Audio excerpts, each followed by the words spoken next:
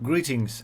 Today I wanted to make a short video explaining the 7 elements model, which is a work in process with the title, as you can see above this image, Green is Balance. The idea of balance as a spiritual core concept has been on my mind since about the 1990s, when I made my first attempt to develop a spirituality of balance. And I'm still after all these decades in the development process of shifting the idea, or let's say perspectively representing it from different angles. One of the core concepts that I called myself always grey. The grey, not so much because I wanted to be like Gandalf, but because I thought that I stood between the darkness and the light in the let's shall we say oriental sense. You know, the Christian religion, the Jewish religion, the the Muslim religion, all have this moment from Manichaeism and Zoroastrianism that there is light which is good, selfless, like the Jedi, for example, and there is dark, which is selfish. And I rightfully felt that both ideas are extremes, which I personally did not want to pursue. I pursued for quite a considerable time the amount of the path of light. I had a master, a mentor, and a hermetic order, which was dedicated to the spirituality of light, like overcoming the ego, letting go of attachments, all these things. I mean, which the Jedi Order is a little bit of caricature, if you want, but not an entirely misrepresentation. More a misrepresentation is the darkness, because the Sith Lords in Star Wars are not a very good representation of evil, even in the Manichaean Zoroastrian Christian sense.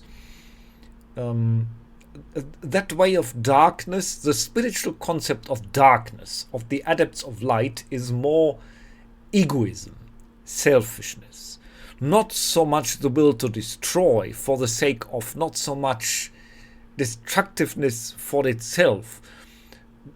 But I had always disagreed with the Star Wars depiction of the dark side, or the darkness, was this, that the Sith Lords more seemed like slaves. They seemed like slaves of their passion, and not in control, but actually slaves of their emotions. And now that is some perspective of the darkness, but it is not actually what I experienced, because for the time I was very disappointed in life. I was quite young when I started the path of the light school in the classic hermetic order, and I was disappointed in the results, so to speak. So my life was still terrible, and I thought, how could it be just that one follows the light and all shit rained down on my head? And so for a time I changed. I acquired a master of what I should call a dark side master, though his angle is actually, shall we say, Nietzschean, like in the teachings of Friedrich Nietzsche, the German philosopher. And that is more how I perceive darkness, like selfish in the way of combative, like you indulge in your emotions and you let them guide you, but you become not the slave. And in that sense, that I thought I want to be selfish at the time, do good things for myself, live a hedonistic fun life, but I also want to nurture selflessness, empathy, and qualities of the light. And I found a new mentor at the last, when I was about in my late student years, Master Anna, and from her I learned the path of being grey. And so for a long time I identified myself as grey. Now, I had other models to define my idea of balance, which is quite important thing emphasized highly in the 147 Delphic Maxims, the sayings of the god Apollo, of whom I am priest. There are the two most important are know thyself and anything in moderation. Now here I try to formulate a different perspective. Let me say one thing clear. I do not believe that spiritual models really depict reality. They are perspectives we have on the cosmos, and under a certain perspective we look at things. And there are two balances in these, and this is, you can see here, 7 elements. The 4 at the sides, fire, air, earth, and water, may be known to you. If you are unfamiliar with elements in spiritual sense, these elements do not refer so much as elements in the sort like physics, like undividable things. An element of spirituality is a basic principle, a basic idea, for which the outer phenomenon is just a symbolic representation. Now, one of the 2 core principles of balance is stability and change. Or as I have coined it once years ago, chaos and order, which is not entirely perfect, especially since the term chaos has some connotations in the word which are not meant. For instance, I associate with chaos change and individuality, in contrast to order, which are identity and uniformity and system and order. But let's just not make things too complicated. So we have change or chaos, and we have order or stability. And these are crosswise here on the tree. The elements of fire and water are mostly corresponding to change. And the elements of air and earth are mostly corresponding to stability or order. Now, each of the 6 outer elements, the center one, the 7th, being wood, which is a strange thing for many, that to have wood, the green, as the center element. But I will try to explain why this is so. Now, each of the 6 outer elements has a positive and a negative form of manifestation. One which is wholesome and a part of growth, and one which is unwholesome. Now let's go through the probably easier to grasp 2 elements, fire and water. Fire and water are the 2 polar opposite systems of change. Fire is violent change. Something is burned down aggressively, like, for instance, when a war happens. Now, you may say, well, isn't a war always evil? No, it is not.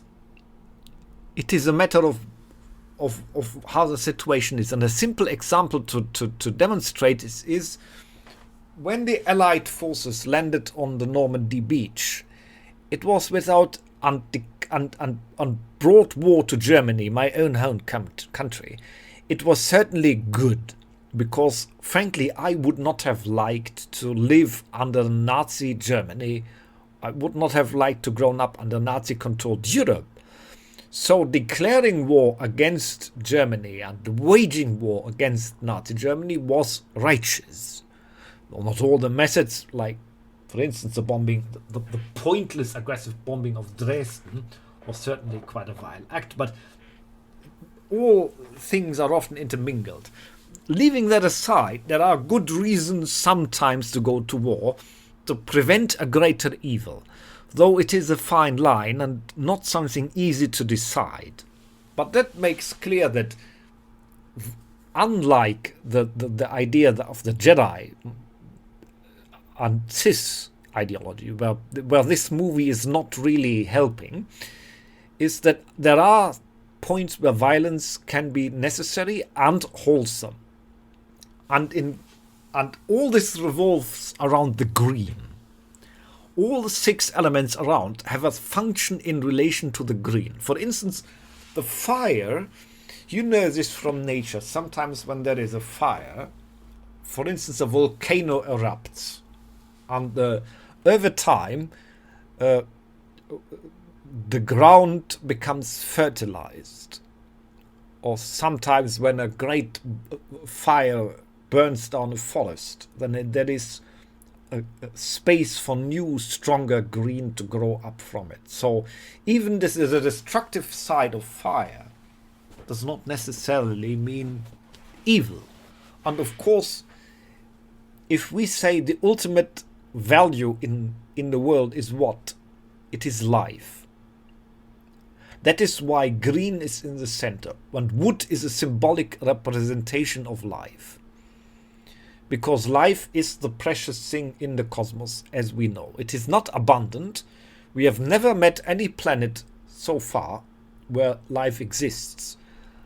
And if life would be wiped out on Earth, as far as we know, there might be no longer any life in the entirety of the cosmos. Now, that may be or not. We have not been able, with our technology, to research the vastness of space. But we know so far, at least, that life is something precious and rare.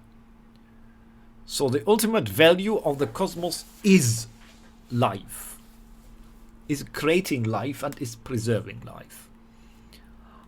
And the color of life is green, and the elemental symbol of life is wood, or the tree, in this case.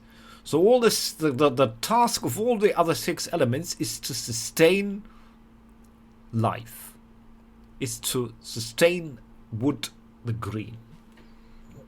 Now fire does this in a transformative form, but also in the form of warming, because even plants and any form of life needs warmth. The rays of the sun, for instance, temperature, because if everything would freeze without warmth, there would be no life at all. And as I said, there is every of 6 of the outer elements has a productive and a destructive manifestation. And fire, this is quite apparently the warming fire, but even the destructive fire can have a positive function when we see, okay, there is something that needs to be a radical change, which sometimes needs to happen in human history, in individual development, and on any other level. So it is there is no easy way to answer that violence is evil, peace is good. That is not a spiritually wise answer. And therefore fire is a very ambivalent.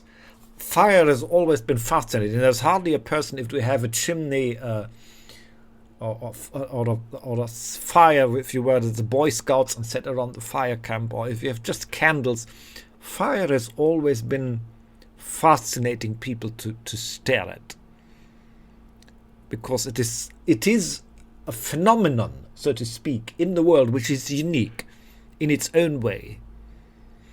Now, I don't want to go too deep into it. The teaching of the idea of the elements is a broad complex, and I don't want to make a too long video presenting this model. The contrast of fire is the other way of change, that is water. Water is the idea of organic change, where fire is the idea of eruptive, sudden change. Water is organic change, like the water that's slowly seeping into crevices, the tides and ebbs that slowly flow up and down. Even water can have quite violent power. If you think of a giant super wave, for example, which thankfully is a rare occurrence, but tendentially, I mean, every element, a calm candle is something quite peaceful, or at least it evokes peaceful emotions. So each have their balances in themselves, also each of the elements. But largely water represents the idea of slow change, of organic change. Like there is this, in German there is this proverb, steter Tropfen hüllt den Stein, the constant drop hollows out the rock. But it is the change that happens slowly, organic. So if you say that both water and fire are elements of change, of chaos, then fire is the element of sudden and eruptive change, and water is that of slowly organic change. Water is also that in relation to wood, that which nurtures, which is an element of nurture. All life needs water. Then it's coming to the other two elements, which represent stability. It is the more, and here it is, or order. Order is more likely, order is more the precise in this term. Now, in the term of earth, it is quite easy to grasp. Earth is usually flat on beyond our feet. It is stable. There may be earthquakes, of course, but usually then that is pressure coming from one of the other elements, like the fire below the earth, or the tides of water or something like that. But by its very nature, earth is stability. It is the ground on which we walk. It is also, that is why, like water, this is on the lower side. Both are nurturing. The element of earth is the nurturing of the stabilization, and the water element is nurturing from below by feeding, so to speak, by the growth of life, which are both needed. The stability of life, which is earth, and the growth of life, which is water. That is why they are on the root side of the tree.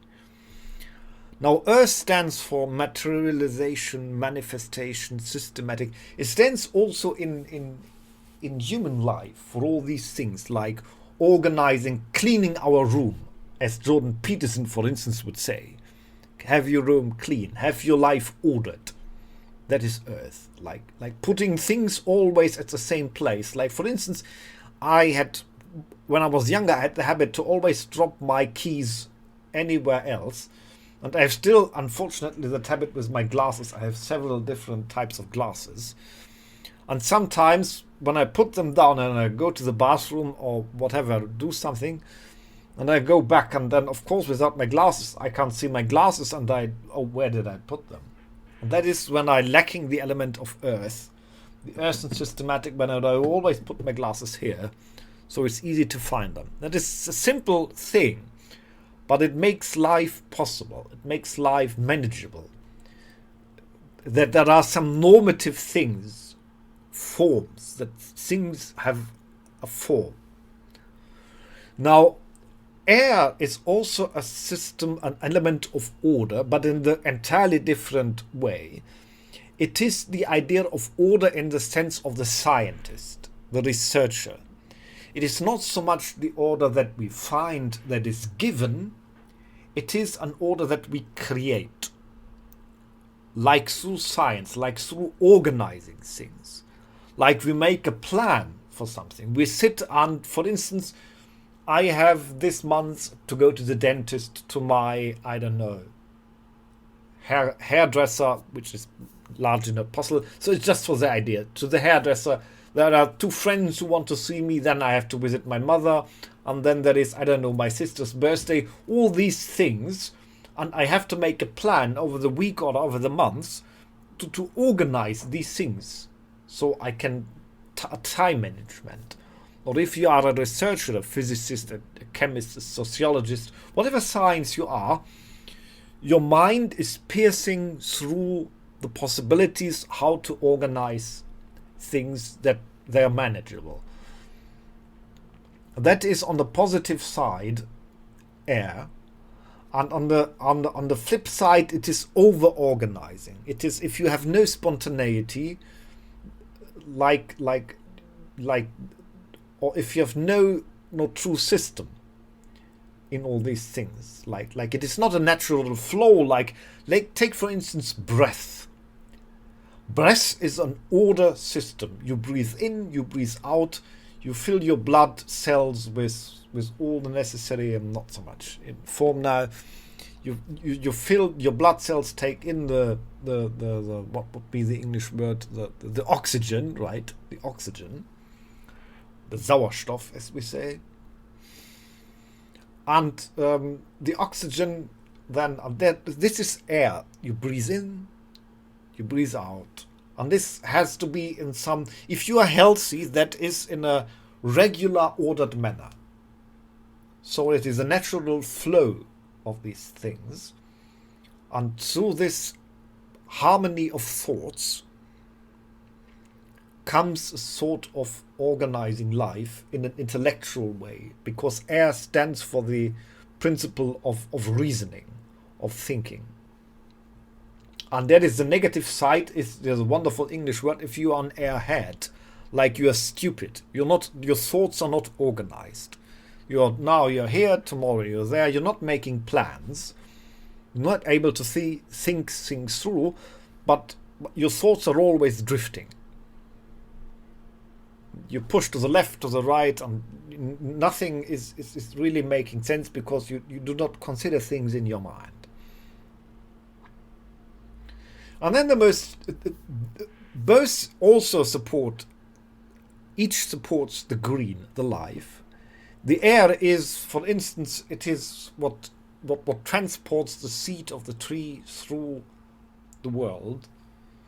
And it is in a broader sense our responsibility to spread life into a dead cosmos around us, which is what I'm convinced about, which is my critique against other green spiritualities like Druidism. The Druids are quite anti-technology, and my green spirituality is not, because I believe advanced technology can help us to restore the environment and to be environmentally friendly. I know that in our industrial age, and we have inherited a lot from the industrial age, technology was largely destructive to life and to nature. That is true. And to a strong degree it still is. But the way of the Druid movement, which is also looking at nature and tree as a model, as an idea, as a core of meaning, which is an idea which I share, but especially in the writings of the former Arch-Druid John Michael Greer. I think he left Druidism behind, I'm not entirely certain, but he's very influential, has written dozens of books about it. His plan is only reduce technology, return to the life of 1950, or something like that. And I'm going mentally in the other direction, because I believe, that is the neglection of the element of air, the element of reason, of development through the mind. Life has developed us. Life has brought forth us. Reasoning, thinking, beings who are capable of reasonable thought. So we are a part of nature too. Now some say that we are the accident of life, but I do not believe in some things like accidents. I think it was a meaning that there was a life form that was able to think, to reflect about life, and not just live, not just exist. And my main idea is that our first and foremost role, or shall we say duty, is not only the preservation of life on Earth, because Earth has only a so and so long lifespan. Our duty is to spread life into the cosmos, to other planets. That is a plan for the far distant future, of course. But I think that is our duty. In a lifeless cosmos, as far as we know, where all planets we've so far found is no life, to spread life into the dead cosmos. And that is one of the core ideas of air in connection to green, to life. The idea of spreading life. Not only preserving, like in this conservative sense of building fences and building walls, or in this nurturing thing like watering it, which is all important, but also like bringing it forth and bringing it to unfolding, and especially bringing it out into that space, Moon, Mars, and beyond. So air is that which transports life, which makes the idea, which takes the idea of the organic growth as a green and makes it in an intellectual way into systems where technology and nature are not enemies, but are intertwined and in positive coexistence. Now let's come to the elements of light and dark. They are the most misunderstood and most easy to misunderstand, because in our Christian Western countries, we have the idea that light is good, selflessness is good, and dark is selfishness, egoism, which is evil, which is an idea which I reject. Animals are selfless and selfish, and both have their place.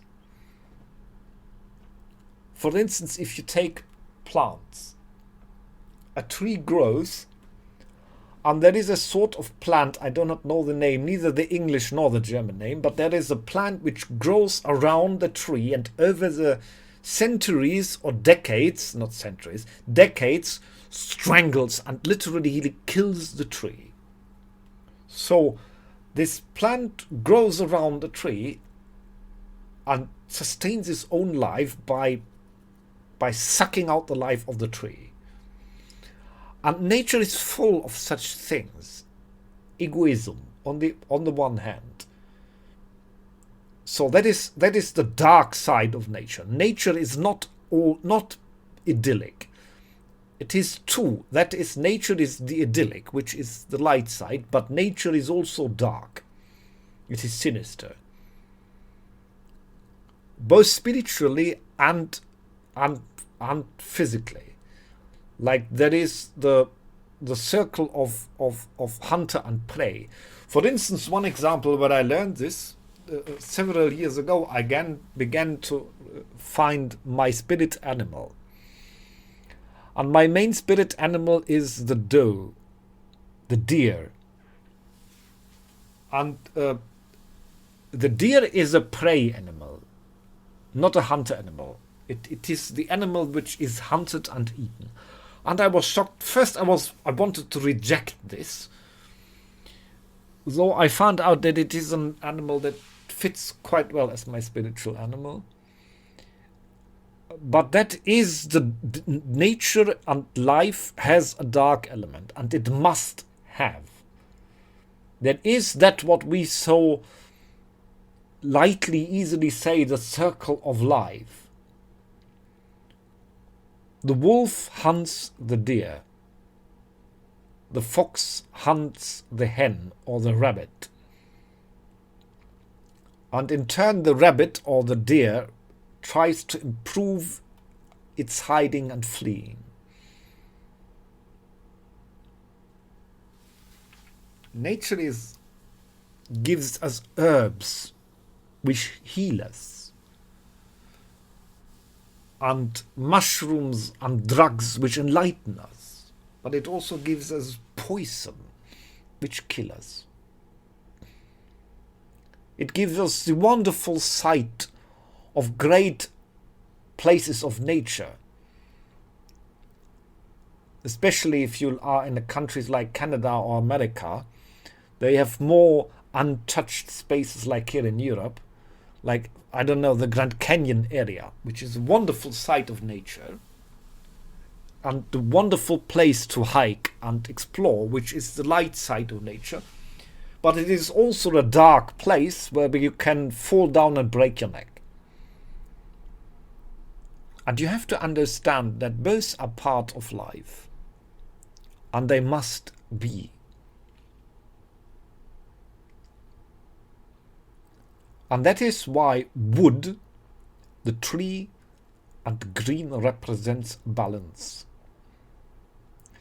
I do not want to go deeper and continue here, though I could certainly say a lot more about these things, but I will leave it as that. It is an idea that is just fresh in my mind, so I assume it has rough edges. And keep again in mind, all spiritual models are just that. They are models to give you a perspective. And I wanted to give you one with this. Thank you for listening.